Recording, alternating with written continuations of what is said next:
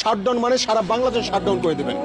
আমি আলটিমেটাম দিচ্ছি আগামীকালকের মধ্যে সকল শিক্ষার্থীদেরকে মুক্তি করতে হবে এবং সমন্বয়কদেরকে মুক্ত করে ফিরিয়ে দিতে হবে। তবে অতি দ্রুত প্রধানমন্ত্রীকে নিজ দায়িত্ব নিয়ে ক্ষমা চাইতে হবে এবং যতগুলো শিক্ষার্থীকে খুন করা হয়েছে তাদের দায়ভার তাকে নিতে হবে। বন্দুকের নল থেকে যদি তারা বলে যে আন্দোলন প্রত্যাহার করেছে শিক্ষার্থীরা, তাহলে আমরা এটা কোনোভাবে বিশ্বাস করবো না। এই জেনারেশন ক্রিস্টোফার নোলানের মুভি দেখতে অভ্যস্ত, আপনি দেখাচ্ছেন দেলোয়ার হোসেন ঝন্টুর মুভি। মূল সমন্বয়ক যারা ছিল, যারা শুরু থেকে নেতৃত্ব দিয়ে এসেছে, তারা কোনোভাবেই তারা বলে গেছেন যে কোনোভাবে যেন আন্দোলনকে না থামানো হয়, যতক্ষণ পর্যন্ত 9 দফা বাস্তবায়ন না হচ্ছে ততক্ষণ পর্যন্ত যেন আন্দোলন না থামানো হয়।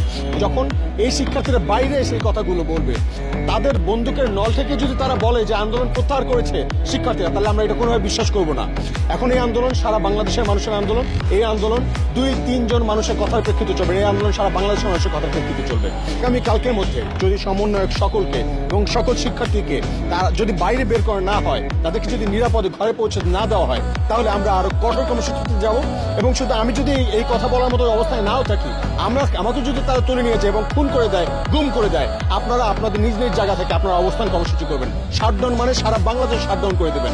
এবং আপনাদেরকে এটুকু বলতে চাই, যদি কোনো সেনাবাহিনী দেখেন, কোনো পুলিশ দেখেন, কোনো কর্মকর্তা, বিজেপি কোনো রকম বাহিনীকে যদি দেখেন শিক্ষার্থীদের উপরে বা সাধারণ মানুষের উপরে অত্যাচার করছে, আপনারা তা সামাজিকভাবে তাদেরকে বয়কট করুন।